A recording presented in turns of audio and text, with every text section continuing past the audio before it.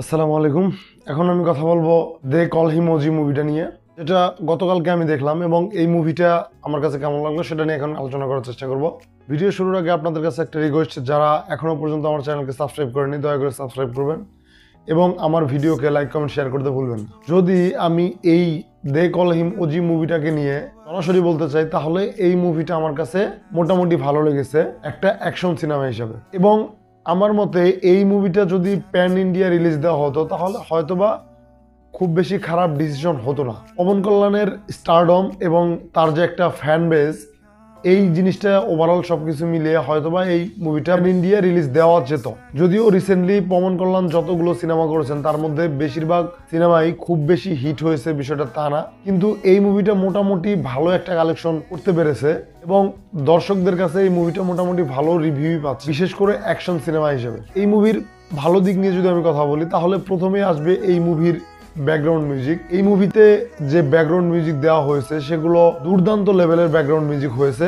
বিশেষ করে পবন কল্যাণের যখন এন্ট্রি হয় এবং এন্ট্রি সিনে যে ফাইট সিনটা রয়েছে সেখানে যে ব্যাকগ্রাউন্ড মিউজিকটা দেওয়া হয়েছে সেটা সত্যিই দুর্দান্ত। এবং মুভির বিভিন্ন জায়গায় যতটুকু ব্যাকগ্রাউন্ড মিউজিক দেওয়া প্রয়োজন ঠিক ততটুকু ব্যাকগ্রাউন্ড মিউজিকই ব্যবহার করেছে। এবং আরো একটা ভালো দিক হচ্ছে যে এই মুভির অ্যাকশন সিনগুলো সত্যিই দুর্দান্ত, যেটা দেখতে ভালো লাগে। এবং পবন কল্যাণের যে সামুরাই ক্যারেক্টারটা, সেটা যেভাবে তার তলোয়ারটা ব্যবহার করে সেটা দেখতে ইমপ্রেসিভ লাগে, অনেক বেশি সুন্দর লাগে দেখতে। তারপর এই মুভির ভিজুয়ালাইজেশনটা খুবই দারুণ হয়েছে একটা অ্যাকশন সিনেমা হিসেবে।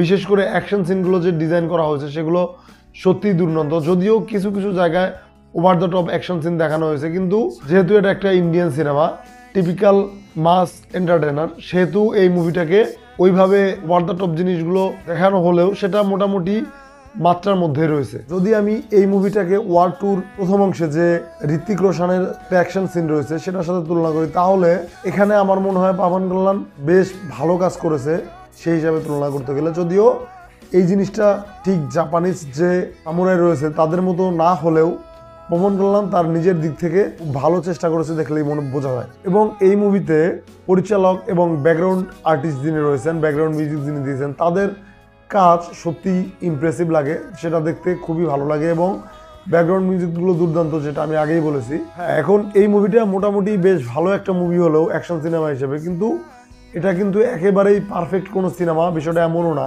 এটা ভালো সিনেমা। যেমন এই সিনেমার যদি কমতির কথা বলি তাহলে সবচেয়ে বড় কমতির কথা হচ্ছে যে এখানে এই সিনেমার লিড হিরোকে যেভাবে স্পেস দেওয়া হয়েছে বা তার ক্যারেক্টারটাকে যে এত বড় লেভেলের দেখানো হয়েছে বা তার ক্যারেক্টারটা যে আনবিটেবল এই জিনিসটা বোঝানো হয়েছে, সেটাকে এস্টাবলিশ করার জন্য তেমন কোনো ভিলেনের সেট আপই করা হয়নি। এখানে ভিলেন রোলে অভিনয় করেছেন ইমরান হাশমি।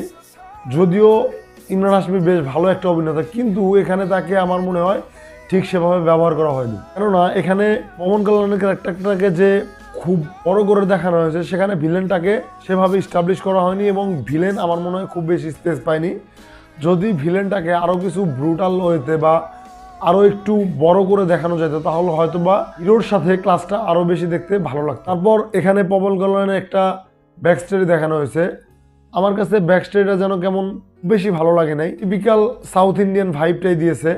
আমরা যে ইন্ডিয়ান বা বাংলাদেশি মুভিগুলোতে যেরকম ব্যাক স্টোরি দেখে অভ্যস্ত, ঠিক তেমন একটা ব্যাক স্টোরি এখানে দেখানো হয়েছে। যদি ওভারঅল আমি এই সিনেমাটা নিয়ে বলতে চাই তাহলে এই সিনেমাটা আমার কাছে বেশ ভালো লেগেছে এবং অ্যাকশন দৃশ্যগুলো আমাকে এন্টারটেইন করতে পেরেছে। এখন যদি আমি এই মুভির রেটিং এর কথা বলি তাহলে 3/5। আমার কমেন্ট বক্সে কমেন্ট করে জানাবেন আপনাদের কাছে কেমন লেগেছে এবং যারা দেখেন নাই তারা একবারের জন্য হলেও এটা দেখতে পারেন। এর মতো এই পর্যন্তই, সবাইকে ধন্যবাদ।